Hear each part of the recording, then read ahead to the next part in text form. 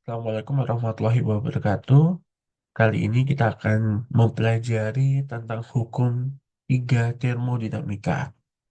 Dua video sebelumnya kita sudah mempelajari hukum pertama termodinamika, kemudian kita juga sudah mempelajari tentang hukum kedua termodinamika. Kali ini kita akan mempelajari tentang perubahan entropi dan hukum ketiga termodinamika. Atom, molekul, atau ion dapat mengalami beberapa tipe gerak, termasuk diantaranya gerak transisi, rotasi, atau vibrasi.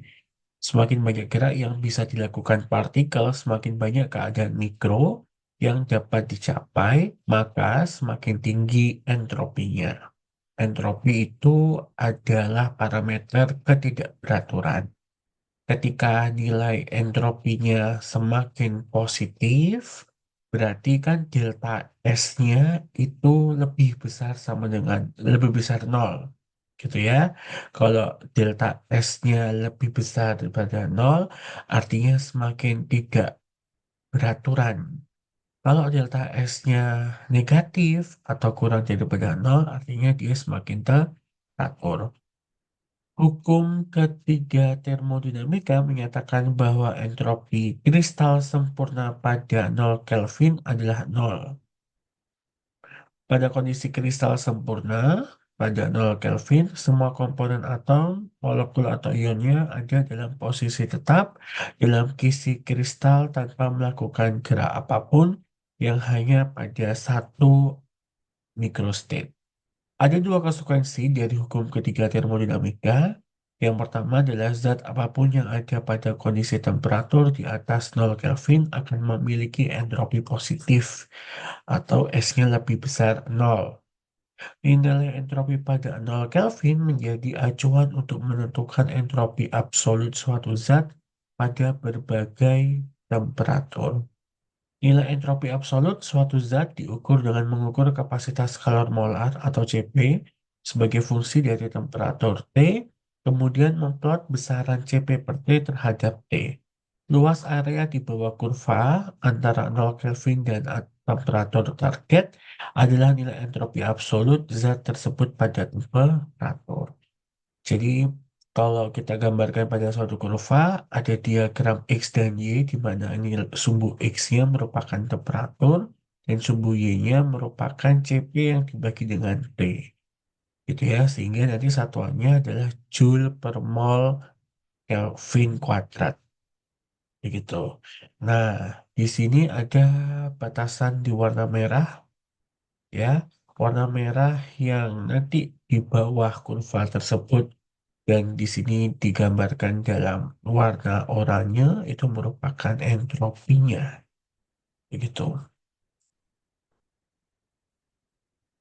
Dan inilah standar entropi yang sudah diberikan pada suhu 298,5 Kelvin atau di 25 derajat Celcius. Jadi Anda tinggal mengambilnya saja. Jadi kalau di sini entropi standar itu nanti Joule per mol per Kelvin. Ya, Joule per mol Kelvin. Gitu ya. Ini sudah Anda bisa gunakan langsung ketika dia nanti suhunya pada saat 25 derajat Celcius. Seperti yang kita sudah bahas sebelumnya, pada hukum termo yang kedua, kalau kita memprediksi suatu nilai entropi, kita tuh bisa melihat dari fasanya, massa molarnya, alotropnya, dan juga efek kompleksitasnya. Nah, semakin gas, artinya entropinya semakin besar, gitu ya. Jadi entropi gas lebih sangat-sangat besar ketimbang dia saat liquid dan juga saat solid. Ketika efek massa molar, ya, ini kan kalau kita lihat eh, dalam unsur-unsur gas mulia ya, golongan gas mulia ada helium, neon, argon, kripton, sama xenon. Ternyata massa molar itu kan MR-nya, massa molekul relatif. Jadi dengan massa molekul relatif yang lebih kecil, otomatis dia memiliki entropi yang juga lebih kecil. Alotrop. Alotrop itu ada satu jenis unsur, tapi dia bisa berbentuk berbagai macam bentuk. Istilahnya begitu. Termasuk karbon. Karbon itu kan bisa dalam bentuk grafit, bisa dalam bentuk intan. Nah, intan itu lebih terstruktur ketimbang grafit. Ingat, entropi itu adalah parameter ketidakberaturan. Sehingga grafit ini nilai entropinya lebih besar daripada nilai dari entropinya intan. Gitu ya. Sekarang masuk ke efek kompleksitas. Efek kompleksitas di sini ada NO, ada NO2, sama N2O4. Kompleksitas bisa dilihat dari banyaknya setiap atom di dalam satu senyawa. Kalau Anda lihat di sini, NO nilai entropinya lebih kecil daripada NO2. Nilai entropinya NO2 lebih kecil daripada nilai entropinya N2O4. Seperti itu. Nah, kalau kita ada latihan ya, susun spesi ya, berikut berdasarkan urutan kenaikan entropi molar standar. Jadi Anda hanya tinggal mengurutkan saja manakah yang menjadi urutan di antara SO3, kripton, sama Cl2.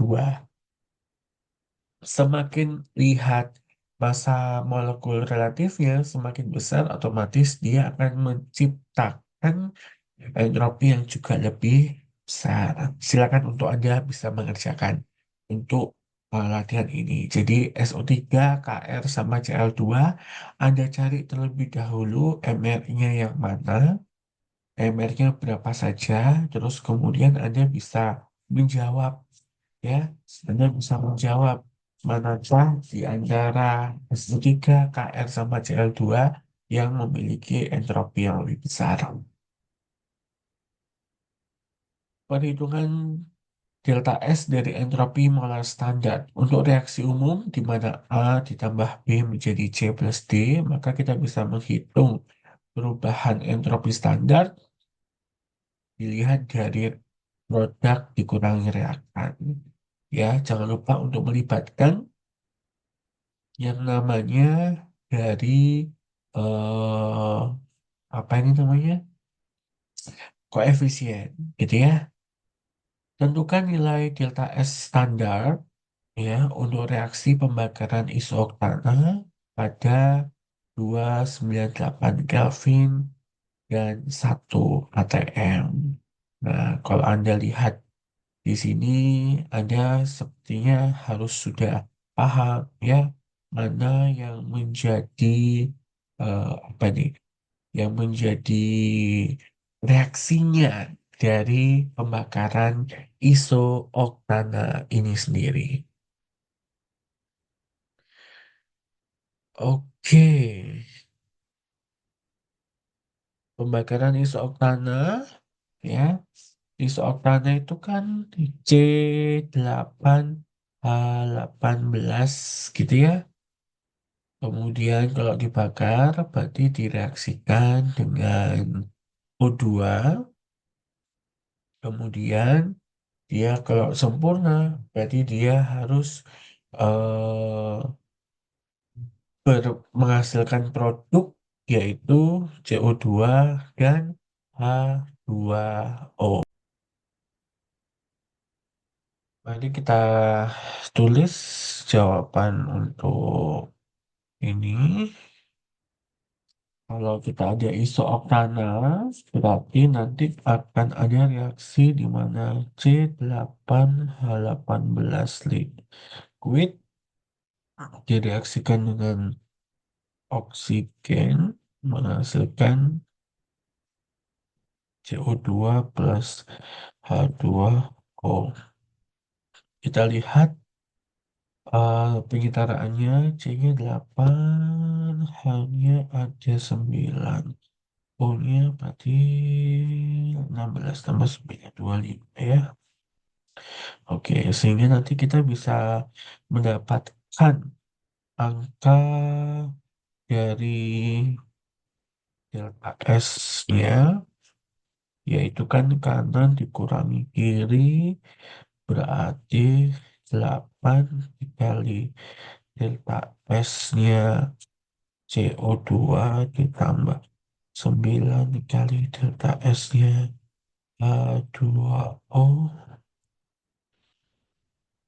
1 dikali delta S-nya C8 18 tambah 25 per 2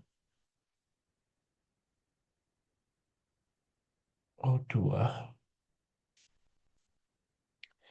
sehingga nanti di sini akan menjadi 8 kali 213,8 ditambah 9 188,8. Ini 1 dikali 3293 25 per 2 205,2. Beda dengan punyanya entalpi, kalau O2 nggak punya delta H F, tapi kalau untuk ini punya gini ya. Jadi Anda hitung totalnya di sini nanti semua yaitu yaitu plus 505 kilojoule per menit. Ini adalah jawaban dari pembakaran isooktan ya. Baik, berikutnya Anda lihat di sini perhitungan delta S untuk siklus termodinamika. Tentukan perubahan entalpi untuk proses berikut ini, di mana diminta H2O dari liquid dengan suhu 298 Kelvin 1 atm menjadi H2O gas 298 Kelvin 1 atm. Jadi perubahan fase air di atas bukanlah proses yang reversibel, karena perubahan fase reversibel berlangsung pada 373 Kelvin dan 1 atm. Agar perubahan entropi dapat dihitung harus dicari jalur di mana proses dapat berlangsung secara reversibel. Perubahan entropi merupakan fungsi keadaan sehingga membagi proses menjadi beberapa tahapan diperbolehkan selama memberikan proses total yang sama. Seperti kayak hukum Hess gitu ya. Untuk proses tersebut dibuat dalam bentuk siklus berikut agar seluruh tahapan proses dapat berlangsung secara reversibel. Kita lihat soalnya. H2O liquid 298 Kelvin 1 atm diminta H2O gas 298 Kelvin 1 atm.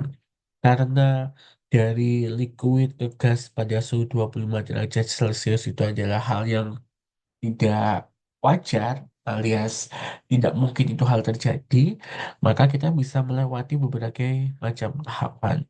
Jadi yang pertama dijadikan dulu pada 100 derajat Celcius ya, liquid masihan, kemudian pada suhu 100 derajat Celcius ada perubahan fasa dari liquid menjadi gas. Sedangkan kemudian dari gas menuju dari 373 diminta kembali lagi ke 298. Jadi artinya delta S ini nilainya juga bisa melalui dari delta S1 ditambah delta S2 ditambah delta S3. Oke, kita kerjakan.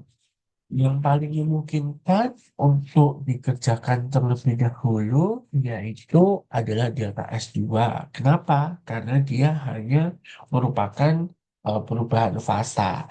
Seperti yang kita sudah pelajari sebelumnya, pada perubahan fasa untuk delta S1,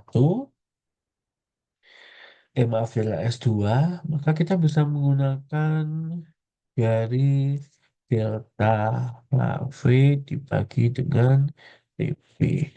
Ya, kemarin eh, video yang sebelumnya kita dapat angka delta HV-nya, ya, perubahan entalpi untuk vapor standarnya adalah 4660 Joule per mol dibagi dengan delta TP-nya adalah 373, sehingga di sini dapatkan 109 Joule mol Kelvin ya. Kemudian karena di delta S1 dan delta S3 ini adanya perubahan suhu, maka kita bisa menggunakan konsep yaitu irreversible dibagi T, yaitu T1 hingga T2 CP dt per T.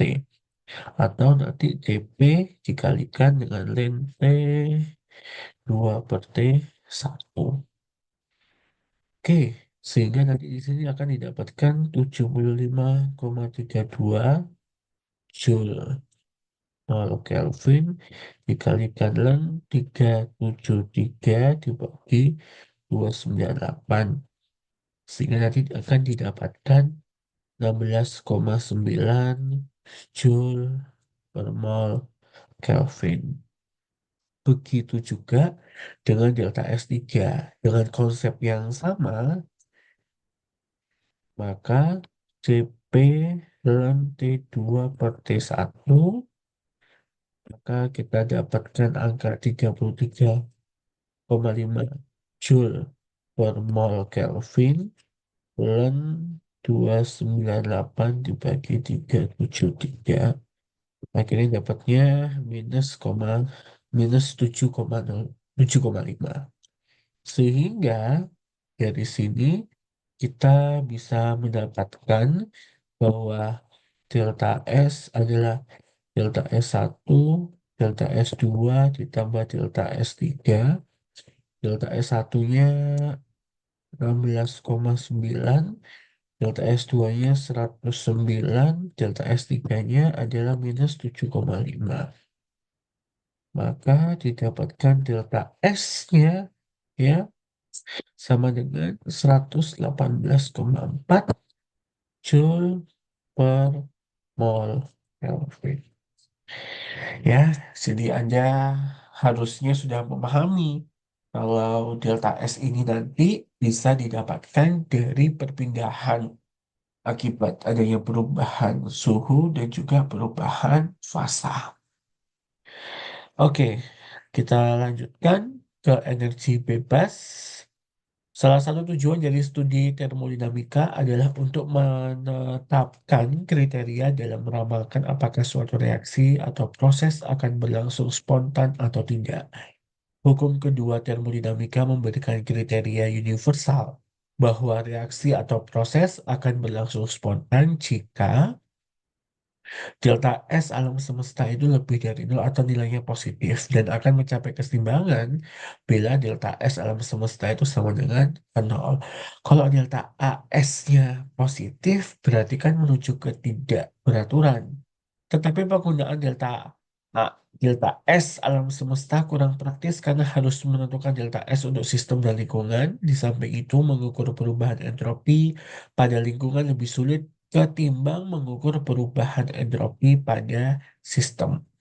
Kriteria kespontanan lain yang hanya berbasiskan pada keadaan sistem diberikan oleh fungsi keadaan baru, yaitu energi bebas Gibbs.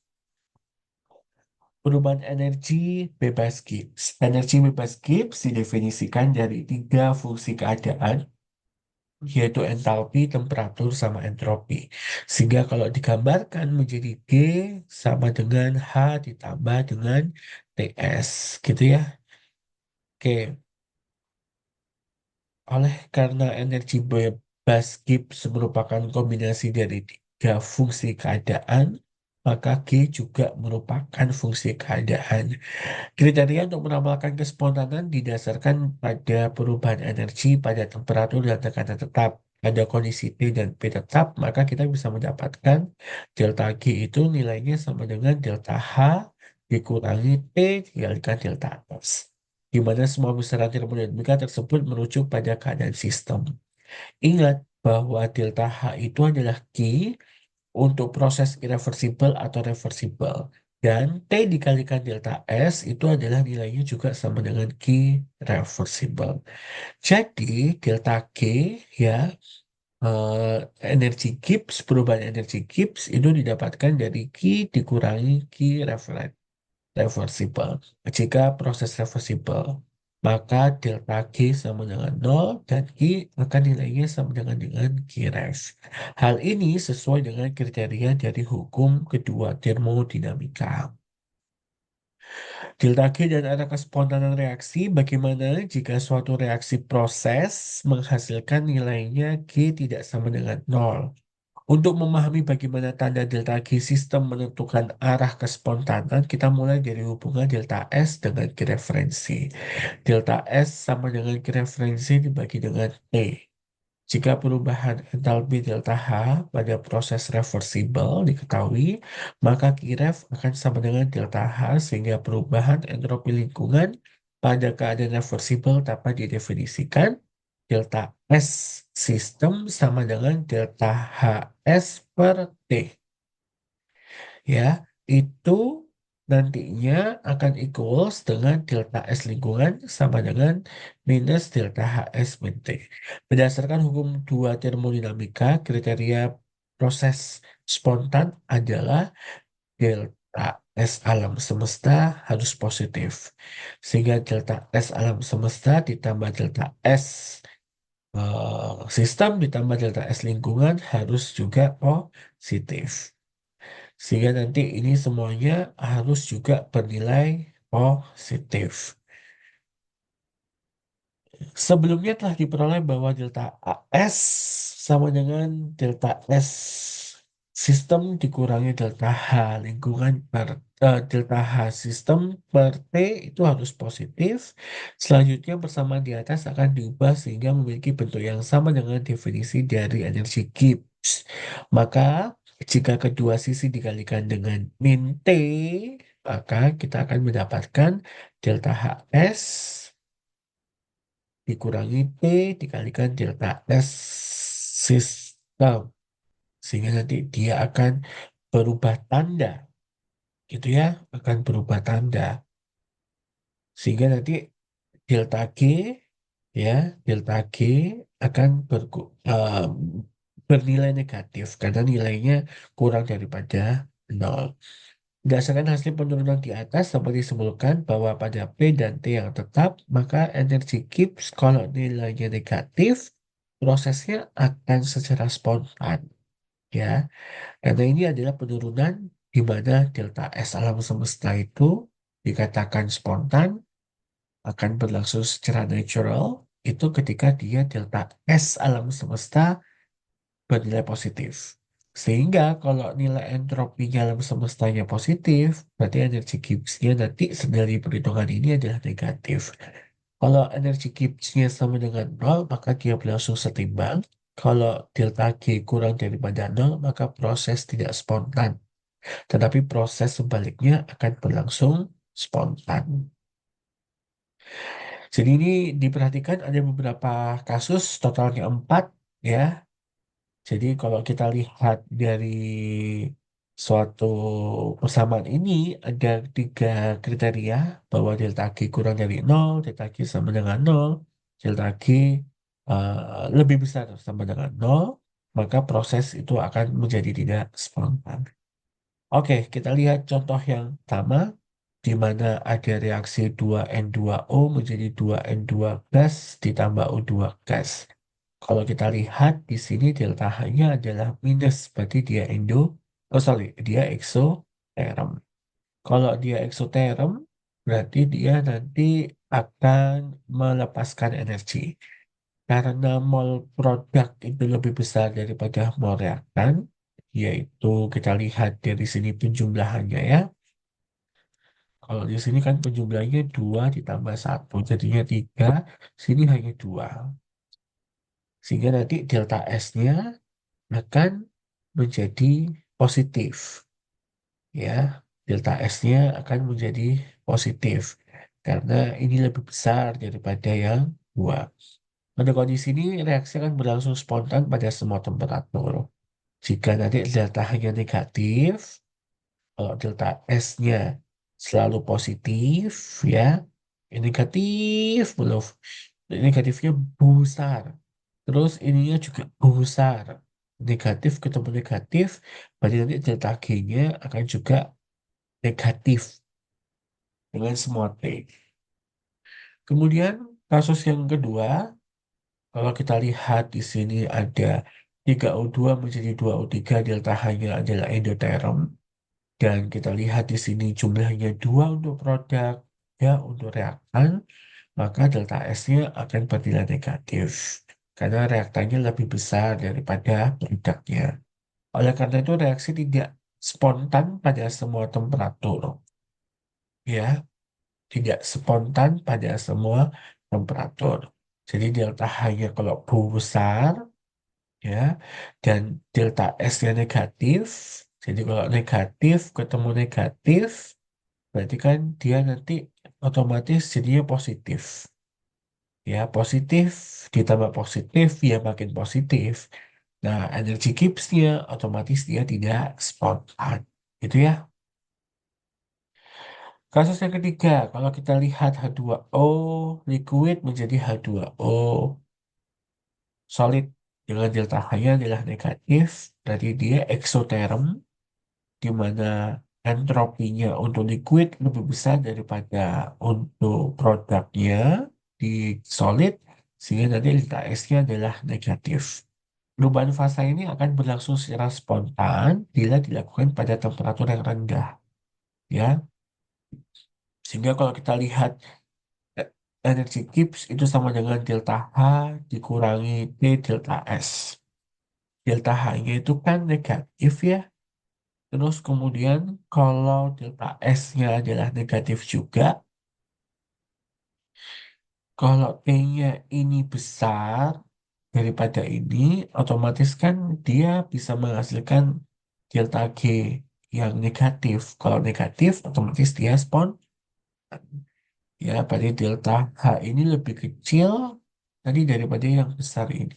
Sehingga nanti dia kalau T-nya T tinggi karena pengalinya ini besar, negatif ditambah yang besar, otomatis nanti delta G-nya positif.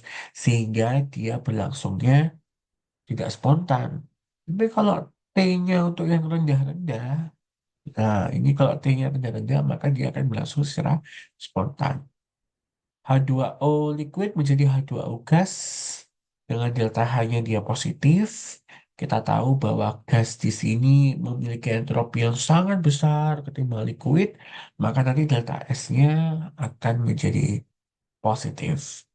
Proses akan berlangsung spontan bila dilakukan pada temperatur tinggi sehingga delta H ini harus lebih kecil daripada T dikalikan delta S. Ya, jadi inilah beberapa kasus. Jadi kita sebenarnya bisa memprediksi, dilihat dari entalpinya, dilihat dari entropinya, dan juga sebenarnya ada satu faktor lagi yaitu dilihat dari suhunya. Ya, jadi tolong nanti kalau ada soal analisa, Anda perlu untuk melihat dulu. Oh, nggak perlu dihafalkan sih. Anda itu cukup paham terhadap energi Gibbs, di mana energi Gibbs itu rumusnya adalah delta H dikurangi T kalikan delta S. Main logika saja di bagian rumusnya energi Gibbs, gitu ya. Oke, ini adalah soal berikutnya di diagram di bawah ini menggunakan proses dekomposisi A2B yang berlangsung secara endoterm. Oke, kata-katanya dia endoterm. Kalau endoterm, berarti nanti delta H-nya akan menjadi positif. Tentukan delta A, delta S-nya untuk reaksi yang di atas. Kalau Anda lihat di ini kan ada 6 gini ya. 6 apa? A2B. Kemudian di bagian sini ada 4 A2 dan juga 1, 2, 3, 4, 5, 6. em, B2 gitu ya, betul ya, 12 8 ya, 1, 2, 3, 4, 5, 6 ya, nah oke ya, oke. Nah, kalau Anda lihat model ini, ya, kalau Anda lihat model ini, bahwa nantinya kita punya energi Gibbs yaitu delta H min T kalikan delta S, berarti kan perlu juga mencari delta S-nya. Delta S-nya kita lihat di sini totalnya ada, sorry, 10 ya. Di sini hanya 6. Berarti kan 10 dikurangi 6 itu kan 4 positif. Berarti nanti di sini reaktan ke produknya makin membanyak, makin teratur juga. Berarti otomatis delta S-nya akan semakin positif. Jelaskan reaksi akan berlangsung secara spontan pada temperatur tinggi atau pada temperatur rendah. Kalau kita menggunakan konsep delta G sama dengan delta H dikurangi T delta S, berarti kita masukkan saja ininya kan berarti delta G delta H min T kalikan delta S. Delta H-nya kan positif. Ya toh, delta S-nya juga positif. Agar dia nilainya tetap negatif, gitu ya. Berarti suhunya harus apa? Rendah atau tinggi. Jadi nanti delta H-nya harus apa agar T dikalikan delta S-nya harus negatif. Gitu ya. Berarti nanti diminta T-nya harus tinggi ya. Kalau T-nya tinggi, otomatis pengalinya dengan delta S juga akan semakin tinggi. Kalau positif dikurangi dengan yang sangat tinggi, makanya dia akan negatif. Berarti nanti gini, berarti suhunya harus minta suhu yang tinggi agar delta Gibbs-nya bernilai negatif. Oke, perhitungan perubahan energi bebas standar. Kita bisa menggunakan dua cara. Cara yang pertama sama cara yang kedua. Kalau kita punya reaksi A ditambah B menjadi C plus D, maka perubahan energi bebas standar dihitung dari delta H sama delta S. Sehingga nanti delta S reaksi ya tinggal reak produk dikurangi reaksi. Begitu juga dengan delta H entalpi juga produk dikurangi reaktan. Kita menggunakan delta HF ya. Kalau sudah dapat delta SR sama delta HR-nya tinggal dimasukkan, kemudian nanti jangan lupa dikalikan pada suhu berapa. Itu cara yang pertama, kalau tidak ada energi Gibbs yang diketahui. Kalau cara yang kedua, ketika perubahan energi bebas standar dihitung dari energi bebas pembentukan standar atau delta G derajat F. Ketentuan delta G derajat F itu sama dengan delta HF, di mana nilainya sama dengan nol untuk unsur-unsur dalam keadaan standar. Jadi kalau misalkan ketemu N2O2, berarti nilainya dia akan menjadi nol. Gitu ya. Oke, ini adalah contoh-contoh ya dari beberapa senyawa. Kayak misalkan FeCl2 ini kan unsur bebas, maka dia nilainya akan nol. Tapi kalau dia senyawa yang lebih dari satu unsur yang berbeda, dia akan pasti menghasilkan energi Gibbs pembentukan. Variasi energi bebas terhadap temperatur pada umumnya data-data termodinamika pada keadaan standar merujuk pada temperatur 25 derajat Celcius. Keadaan standar dapat juga diberikan pada temperatur lainnya, sehingga delta G standar sama dengan delta H standar dikurangi T dikalikan delta S standar. Oke, kita punya soal 14 di mana ada hidrogen ditambah oksigen menjadi H2O2 berarti peroksida liquid. Pada suhu sekian, perubahan entalpi standar reaksi di atas adalah minus 187,78 kilojoule per mol. Tadi delta H-nya sudah diketahui. Maka tentukan nilai perubahan energi bebas, energi Gibbs-nya. Ya, diketahui entropi masing-masing telah diinformasikan. Oke, mari kita kerjakan.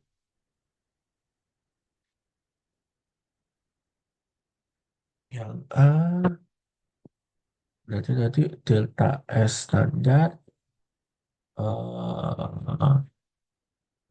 S untuk H2O2 dikurangi S standarnya H2 ditambah O2. Berarti di situ ada 109,6 dikurangi 130,7 tambah 205,2 menjadi berapa tuh? Minus 226,3 Joule per mol Kelvin. Ya. Terus kemudian Anda disuruh menghitung energi Gibbs-nya. Berarti energi Gibbs standar itu adalah energi entalpi dikurangi T kalikan delta S0. Sehingga minus 187,78 kali 10 pangkat 3 dikurangi pada suhu 25 derajat ya. Jadi 298 Kelvin min 226,3 ya. Sehingga nanti jawabannya minus 120,3 kilojoule per mol. Apakah reaksi berlangsung spontan pada 25 derajat Celcius? Kalau nilai delta G-nya adalah negatif, maka dia akan bernilai spontan. Karena delta G-nya kurang daripada 0. Tentukan juga nilai delta G pada 50 derajat Celcius. Berarti ya tinggal nanti dimasukkan minus 187,78 kali 10 pangkat min 3 dikurangi 323 ya, kali minus 226,3 Joule mol Kelvin. Jadi ini adalah suhunya, sehingga nanti di sini didapatkan angka 114,7 kilojoule per mol. Oke, itu adalah jawaban untuk soal nomor 14. Silakan nanti Anda disesuaikan jawabannya, ya dihitung kembali apakah sudah sama atau kalau berbeda sedikit tidak masalah. Soal nomor 15 itu nilai G atau energi Gibbs untuk reaksi antara isoktana C8H18 dengan oksigen menghasilkan gas karbon dioksida dengan air. Diketahui masing-masing sekian, tentukan apa reaksi berlangsung secara spontan. Berarti kita tulis dulu reaksinya ya. Di sini ada C8H18 liquid ditambah O2 menjadi CO2 plus H2O. Ini gas, ini gas, ini gas. Sini 8, 9, 16, 25. Sehingga tadi di sini akan didapatkan energi Gibbs-nya, yaitu kanan dikurangi kiri. Berarti 8 CO2 ditambah CO2O. Terus ini adalah C18. Ya, tinggal nanti dimasukkan saja.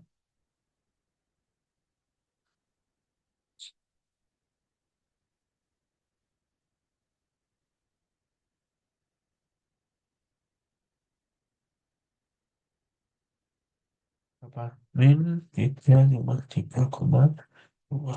Wes, ada tinggal menghitungnya apakah dia negatif atau positif. Kalau dia negatif, berarti dia spontan. Kalau dia positif, berarti dia tidak spontan. Ya, jadi energi Gibbs itu menunjukkan kespontanan dari suatu sistem reaksi.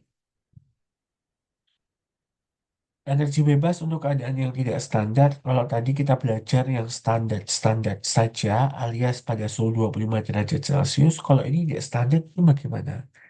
Perhatikan perubahan energi bebas standar untuk penguapan air berikut ini, di mana H2 liquid menjadi H2O gas pada energi Gibbs-nya 859 kJ per mol. Penguapan air tidak akan spontan terjadi pada kondisi standar, yaitu kondisi ketika tekanan H2O yaitu 1 atm pada 25 derajat Celcius.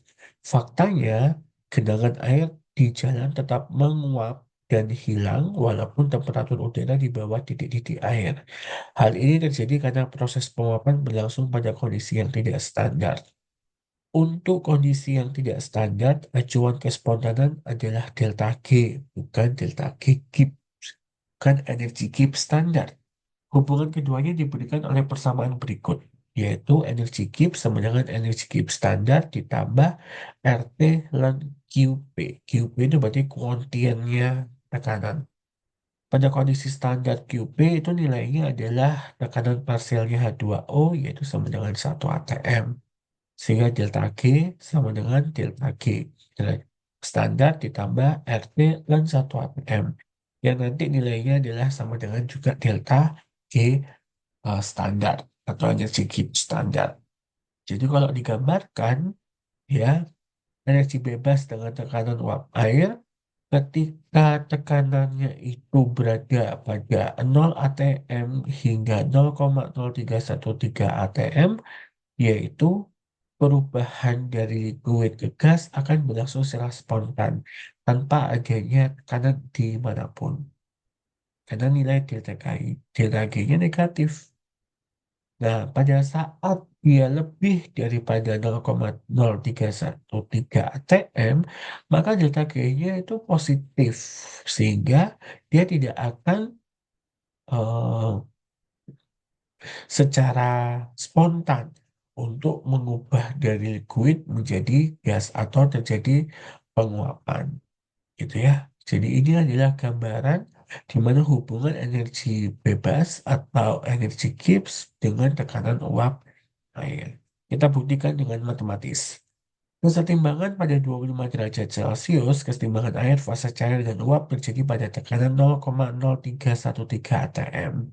Sehingga kalau dimasukkan ke dalam suatu rumus energi Gibbs yang tidak standar, maka energi Gibbs standarnya itu nol. Artinya kalau nol berarti dia setimbang.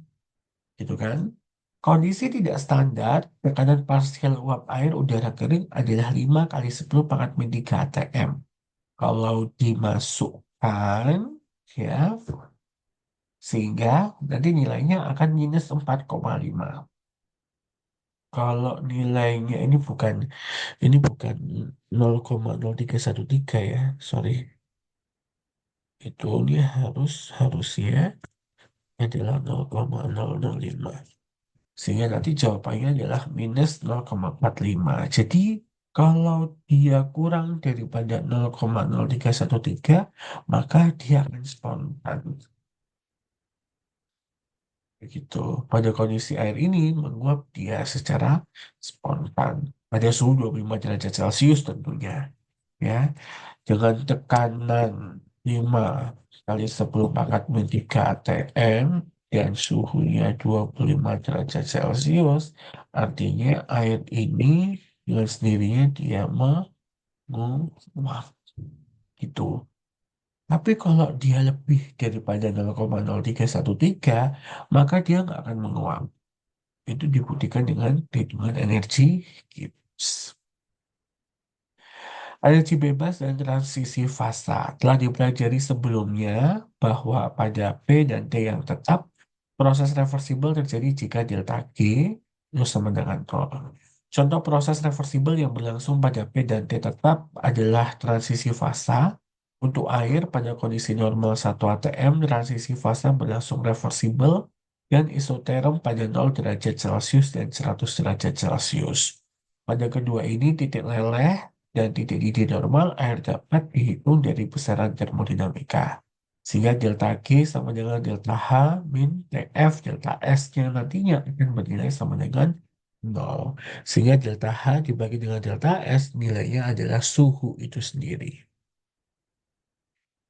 Oke, kita lihat pada contoh perhitungan ini. Pada perubahan fasa bromida liquid menjadi bromida gas, delta H-nya adalah sekian, delta S standarnya juga sekian, dengan asumsi delta H dan delta S hampir tidak bergantung pada temperatur. Tentukan temperatur di mana terjadi kesetimbangan antara BR2 dengan BR2G pada 1 atm, titik-titik normal BR2. Oke, keadaan delta H adalah S hampir tidak bergantung pada temperatur, maka nilainya dapat digantikan dengan delta H standar dengan delta S standar. Maka titik-titik normalnya BR2 itu bisa didapatkan dari pembagian atau perbandingan dari delta H standar dibagi dengan delta S standar. Didapatkan 334 Kelvin.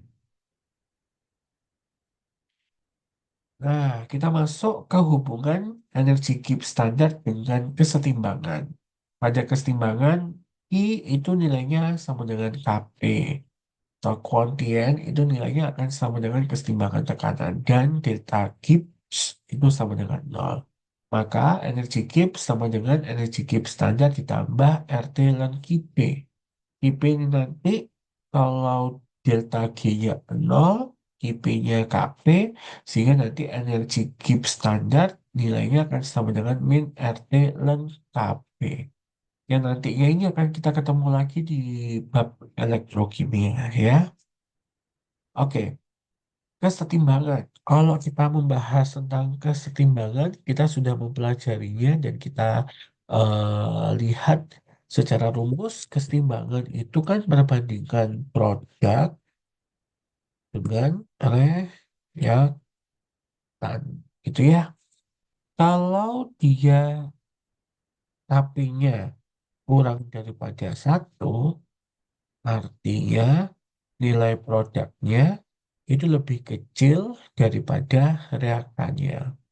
Kalau nilai produknya lebih kecil daripada reaktannya, otomatis kan dia bergeser kepada reaktannya, ya.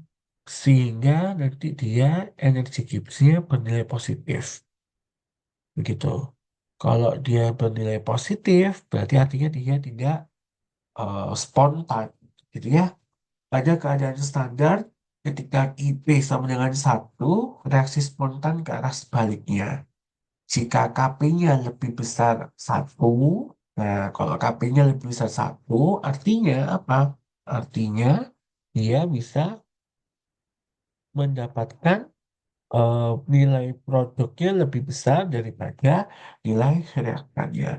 Sehingga nanti dia akan secara natural spontan karena energi Gibbsnya akan berpengaruh menjadi negatif. Pada keadaan standar, reaksi spontan berlangsung dari kiri ke kanan. Karena Kp-nya itu lebih besar satu. Ya kan, secara natural dia produknya lebih besar daripada reaktan. Energi Gibbsnya berarti dia negatif. Kalau Kp-nya sama dengan satu, maka delta G-nya akan sama dengan nol. Reaksi telah mencapai kesetimbangan pada kondisi standar. Jadi ini logika ya, ini logika hubungan energi Gibbs standar dengan kesetimbangan. Kalau kesetimbangannya dia kurang satu, otomatis reaksinya lebih banyak pada produk. Kan kita itu ngapain kesetimbangan bergeser ke reaktan? Mau kita itu kepingin gatokkan reaksi untuk mendapatkan produk, kok malah didapatkan reaktannya makin banyak. Gitu. Bahkan itu kan sesuatu hal yang tidak kita inginkan. Berarti kalau kepingin kita inginkan produknya harusnya lebih banyak, ya berarti nanti kesetimbangannya harus lebih besar satu. Sehingga kalau KP-nya lebih besar satu, energi Gibbsnya otomatis dia akan menjadi negatif. Gitu ya. Ini adalah ilustrasinya. Jadi seperti yang sudah saya sampaikan tadi, kalau A menjadi B kayaknya kurang daripada satu, maka dia akan cenderung bergeser ke sebelah kiri. Ya, sedangkan kalau A menjadi B dengan K-nya yang lebih besar satu, maka dia akan menjadi keadaan yang standar untuk spontan, karena dia bergeser ke secara produk. Tapi kalau nilainya K-nya sama dengan satu, maka dia pada posisi dia seimbang. Oke, manakah yang lebih dominan pada kesetimbangan produk atau reaktan untuk nilai delta G-nya berikut ini? Kalau delta G-nya positif, kayak 1,4 kilojoule per mol, artinya delta G-nya kan positif ya. Kalau delta G-nya positif, tadi berarti mengarahnya ke reaktan. Berarti tidak spontan. Termasuk ini juga. Kalau positif, berarti mengarahnya ke reaktan. Kalau delta G-nya negatif, maka dia mengarah ke produk. Apa yang terjadi dengan perubahan energi bebas untuk reaksi berikut ini? Ada N2 tambah 3H2 menjadi 2NH3. Jika tekanan bertambah pada temperatur tetap. Ada temperatur tetap. Kalau temperatur tetap berarti kan berhubungan sama dengan delta H. Tapi kebetulan delta H-nya nggak ada. Kalau tekanan bertambah, maka volumenya akan berkurang ke koefisien yang jauh lebih sedikit. Ini 2, ininya 4. Berarti kan mengarahnya ke sebelah sini ya. Maka nanti akan menuju ke yang lebih besar satu, sehingga nanti dia energi Gibbs-nya kurang dari nol, dia spontan. Jika temperatur bertambah pada tekanan tetap, karena tidak diketahui delta H, tidak diketahui, jadi yang B nggak bisa kita kerjakan. Mengapa dua keadaan di atas tidak berpengaruh pada reaksi yang melibatkan cairan sama padatan? Nah, kita ini sudah bahas sebelumnya pada di kesetimbangan bahwa yang bisa kita eh, tentukan ya untuk dia bisa berpengaruh pada tekanan dan volume itu hanyalah adalah gas itu sendiri. Karena gas bisa berdasarkan tekanan dengan volume, tapi kalau cairan sama padatan lebih tepatnya bisa hanya untuk pada keadaan massanya saja. Oke, kita masuk ke efek suhu dengan kesetimbangan dari hubungan delta G standar dan K. Kesetimbangan dapat diturunkan ke bergantungan temperatur pada kesetimbangan. Jadi delta G standar sama dengan min RT ln KP. Kalau ini diuraikan menjadi delta H standar dikurangi T kalikan delta S standar sama dengan min RT ln K. Sehingga nanti ln K sama dengan min delta H per R dikalikan 1 per T sama dengan ditambah delta S per R. Jadi nanti ini semuanya harus dikalikan sama RT gitu ya. Oke, bila diketahui nilai delta G dan K pada temperatur tertentu, maka pada temperatur T2, nilai tetapkan kesetimbangan K2 dapat ditentukan dengan persamaan berikut ini. Jadi ini merupakan perbandingan kalau ada kondisi yang kedua. Begitu ya. Karena ini nanti saling meniadakan, berarti nanti tinggal ln K2 per K1 sama dengan minus delta H per R dikalikan 1 per T2 min T1.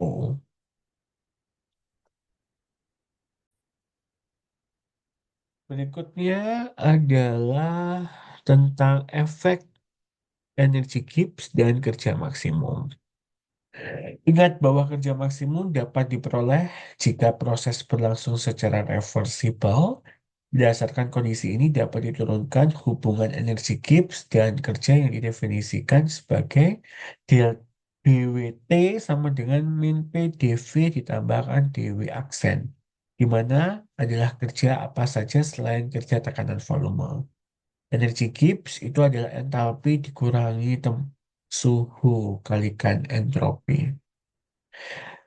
Eh, Entalpi sendiri diuraikan menjadi energi dalam ditambah dengan PV. Sehingga nanti kalau didiferensialkan, maka didapatkan dG sama dengan dE ditambah PDV ditambah VDP min T kalikan DS min TS dikalikan DT. Ya, kemudian nanti DG sama dengan DWT ditambah DG ditambah PDV ditambah VDP min TSDS SDT. Karena DWT sama dengan min PDV ditambah DW aksen pada kondisi reversible, DG reference reversible sama dengan T ds, maka didapatkan penurunan ini menjadi DG sama dengan DW aksen ditambah V dp min SDT. Pada P dan T yang sama dan V dp sama dengan SDT sama dengan 0. Jadi kalau Anda disuruh mendapatkan DG sama dengan DW maksimum. Jadi ini adalah DW maksimum. Kita coba lihat hitung kerja maksimum yang tersedia dalam satuan kilojoule untuk oksidasi 1 mol oktana oleh oksigen menghasilkan CO2 plus H2O. Kerja maksimum sama dengan energi Gibbs, tetapi pada kondisi tersebut perhitungan sama dengan kondisi standar, maka kerja maksimum sama dengan delta G standar. Oke,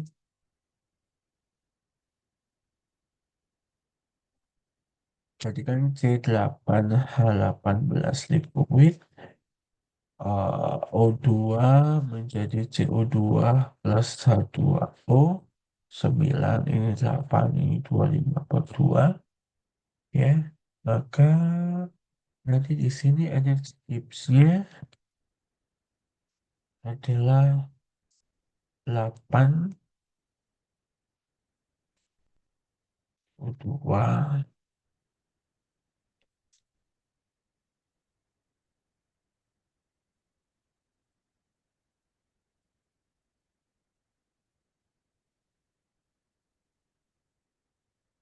Kalau O2 ini kan mesti 0 ya. Berarti tadi 8 kalikan min 394,4.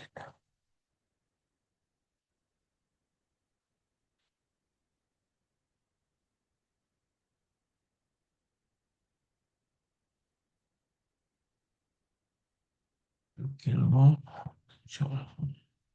Ini nilai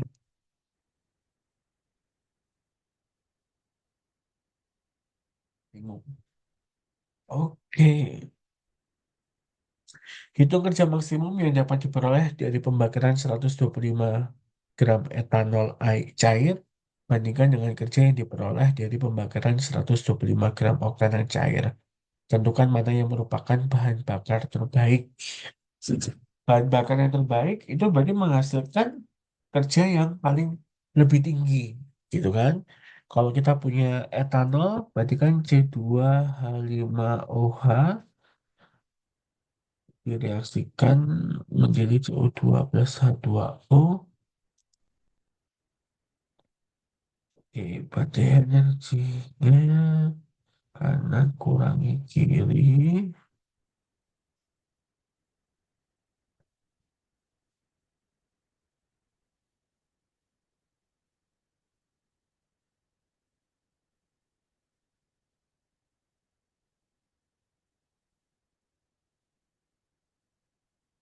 Ya,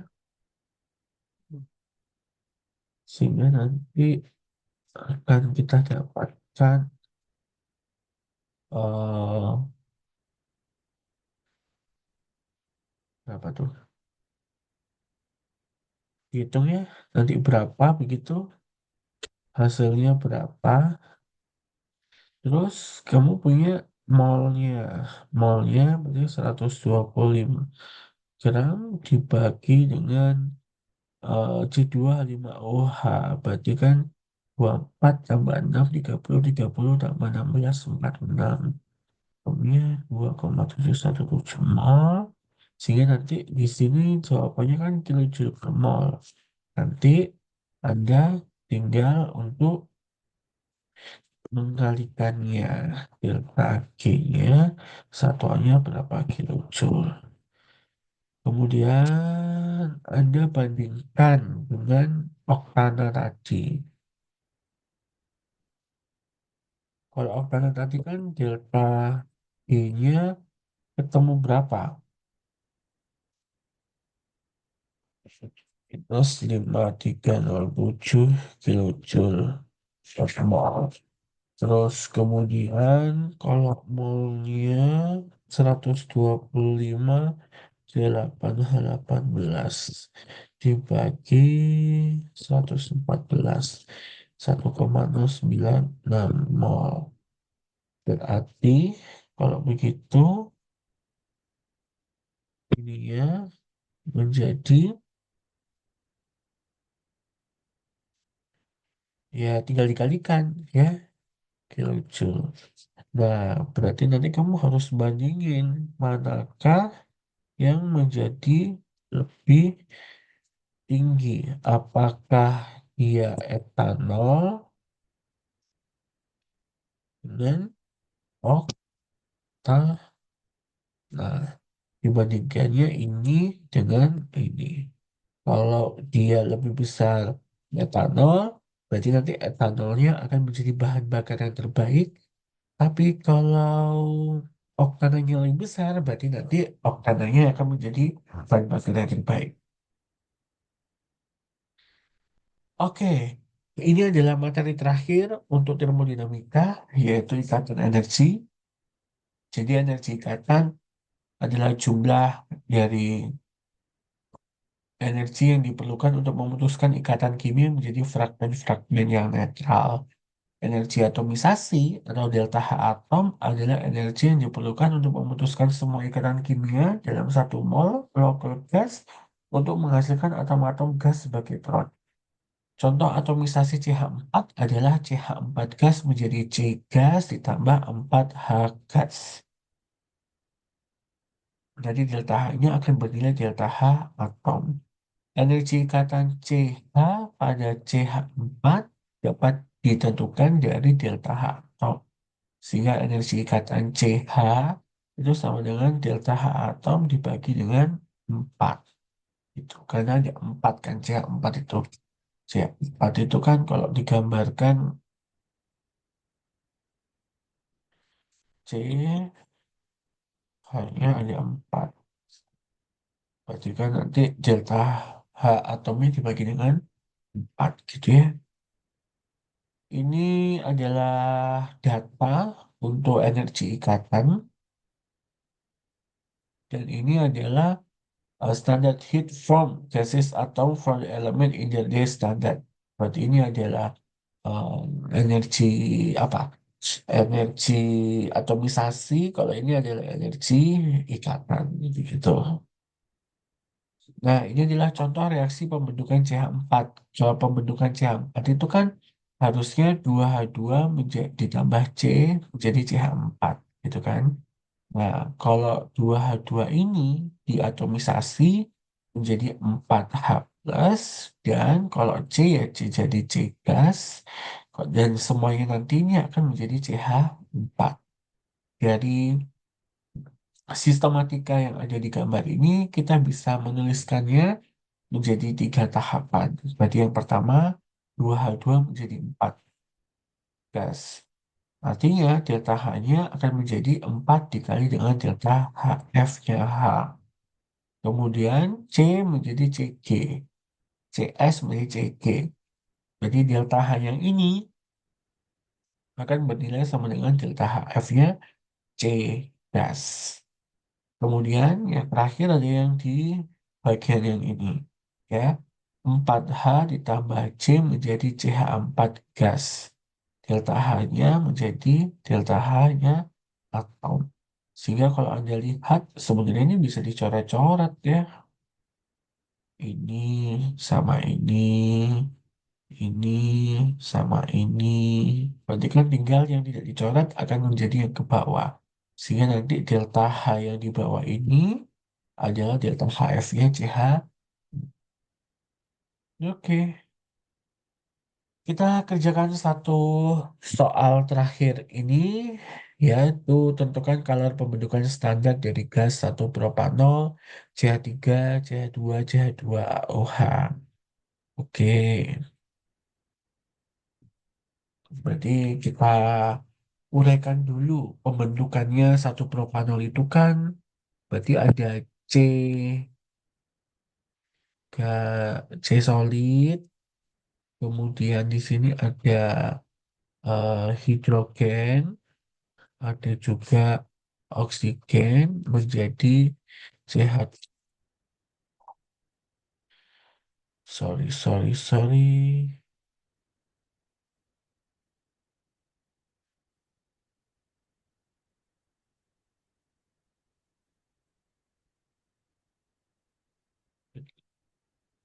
Part terakhir. Berarti kan di sini ada apa lagi tadi ya? Saya tulisnya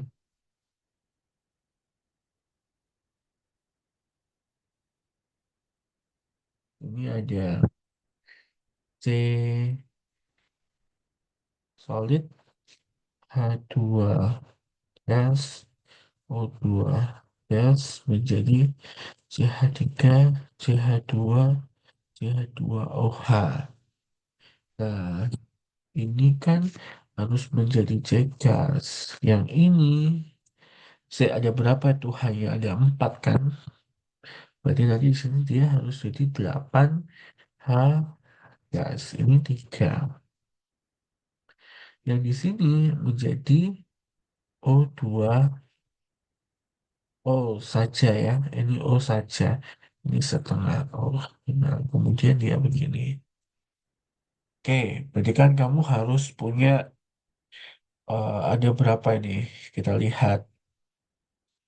Ini adalah satu, ini dua, ini tiga, ini empat. Oke. Yang empat ini adalah energi ikatan, ya toh? Empat ini adalah energi ikatan. Berarti kalau begitu kita juga harus membuat energi ikatannya. Kita gambarkan terlebih dahulu energi ikatannya C, C, C.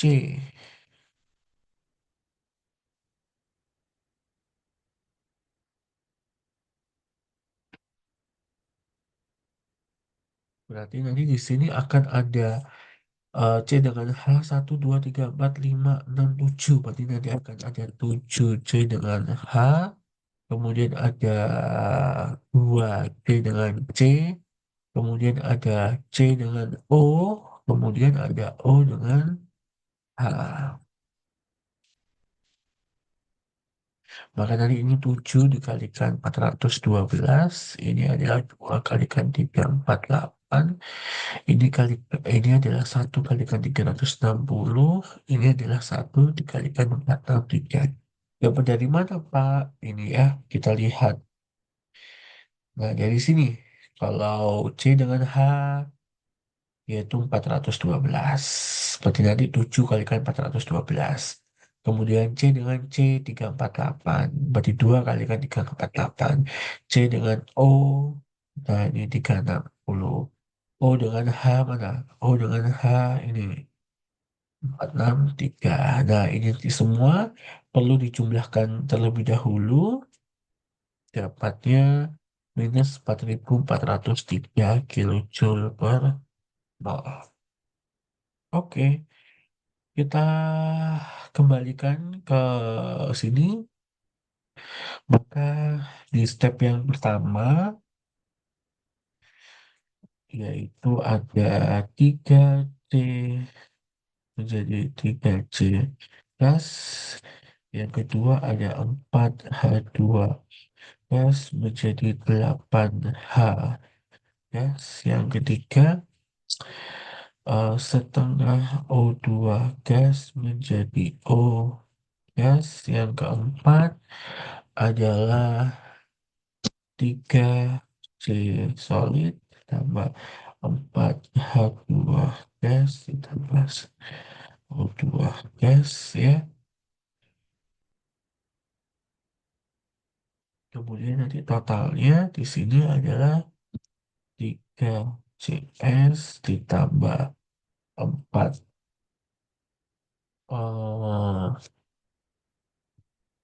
ini gas ya, sorry. 4CS kemudian 4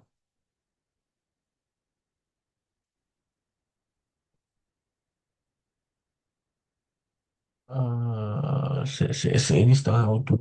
Jadi C3 H8. Oh gitu ya. Heeh.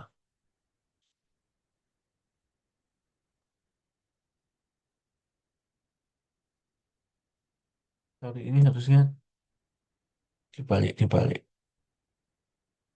Ini ya kayak gini,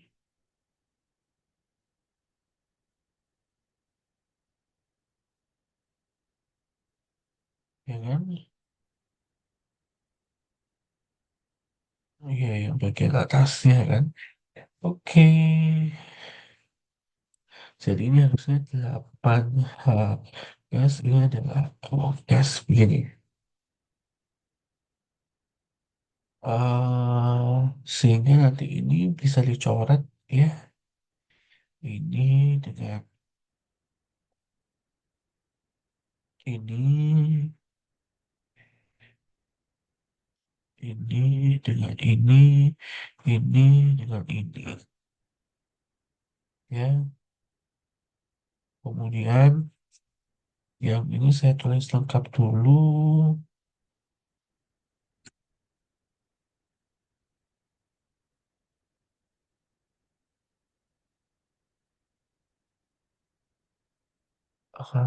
Ini berapa?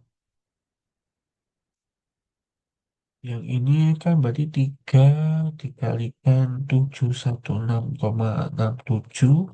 Yang ini 8 dikalikan 217,89. Yang ini 1 dikalikan 249,17. Yang ini kita menggunakan yang energi ikatan yaitu minus 4.403. Ini tinggal dijumlahkan. Nanti delta hanya akan didapatkan minus 260,7 kilojoule per mol. Ya, gitu caranya. Jadi sesuai dengan apa yang saya tuliskan di urutannya. Jadi tahap pertama adalah 3C, ya ini 3C S menjadi 3C gas. Berarti nanti 3 dikalikan 716,67. Pakai ini kita, ya. Kemudian nanti ada juga yang H, berarti pakai yang atas. Dan juga pakai U, yang ini. Ya, kemudian nanti dijumlahkan saja, nanti ketemunya adalah ini. Oke, cukup sekian untuk materi termodinamika kimia ini. Semoga bermanfaat. Jika nanti ada yang belum paham, bisa langsung ditanyakan pada saat di kelas.